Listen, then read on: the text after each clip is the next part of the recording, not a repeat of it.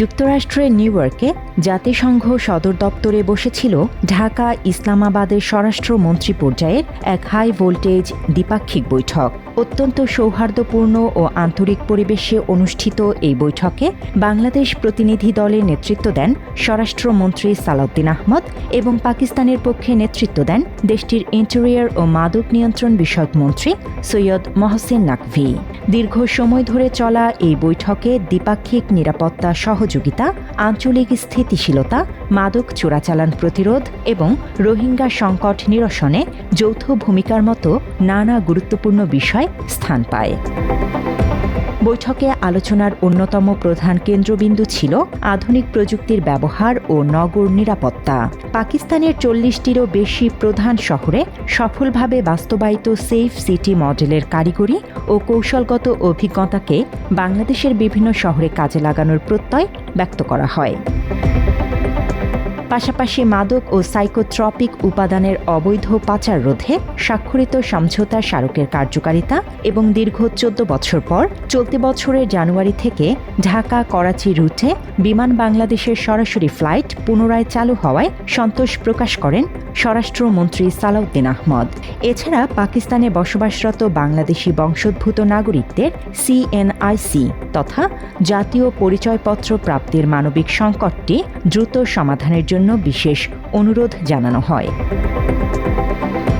এদিকে দুই দেশের স্বরাষ্ট্রমন্ত্রীদের এই শীর্ষ বৈঠককে কেন্দ্র করে বাংলাদেশের নেটিজেন ও সাধারণ মানুষের মধ্যে তৈরি হয়েছে নজিরবিহীন ইতিবাচক সাড়া।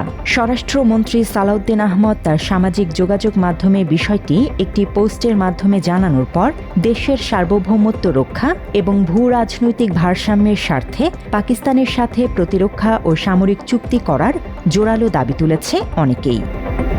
মিনারুল মিনার নামের এক ফেসবুক ব্যবহারকারী লিখেছেন, বাংলাদেশের সার্বভৌমত্বের স্বার্থে চীন, পাকিস্তান এবং তুরস্কের সাথে কূটনৈতিক ও প্রতিরক্ষার সম্পর্ক শক্তিশালী করতে হবে।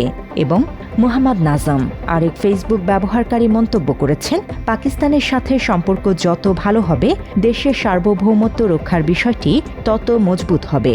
বখতিয়ার হোসেন সাগর তার অভিমত ব্যক্ত করে বলেন, দেশের নিরাপত্তার জন্য পাকিস্তানের সাথে সামরিক, অর্থনৈতিক ও পারমাণবিক চুক্তিও করা উচিত। জীবন অবাক না করলে কে করবে? 28% মিল্ক ফ্যাটের অবাক করার সাথে ফ্রেশ মিল্ক পাউডার। জীবন অবাক করুক প্রতিদিন। জনগণের এই আকাঙ্ক্ষা কেবল সাধারণ সম্পর্কের মাঝে সীমাবদ্ধ নেই, বরং তার রূপ নিয়েছে কৌশলগত অংশীদারিত্বের দাবিতে।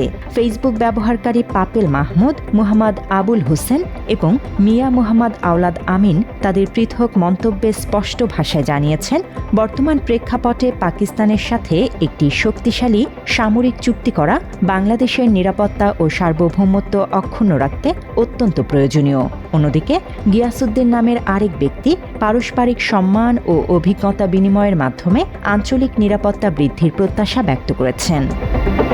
কূটনৈতিক বিশ্লেষকদের মতে ঢাকা ইসলামাবাদ সম্পর্কের এই গতিশীলতা হঠাৎ কোনো ঘটনা নয়। বিগত অন্তর্বর্তীকালীন সরকারের সময় থেকেই দুই দেশের বরফ গলতে শুরু করে।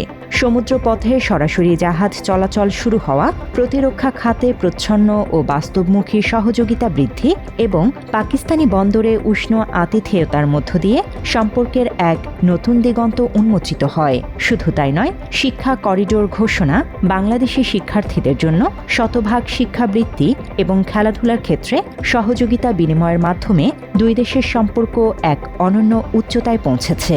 আমাদের ছেলেমেয়েরা সেখানে গিয়ে সুন্দর থাকতে পারবে, এটা আমার বিশ্বাস রয়েছে। এবং যে পরিমাণ স্কলারশিপ তারা দিচ্ছে, তারা সেখানে সুন্দর ভালোভাবে লেখাপড়া করতে পারবে। মিয়ানমার যেন তাদের নাগরিকদের দ্রুত ও মর্যাদাপূর্ণ উপায়ে ফিরিয়ে নেয়, সেজন্য আন্তর্জাতিক পরিমণ্ডলে পাকিস্তানের জোরালো সমর্থন প্রত্যাশা করেছে বাংলাদেশ।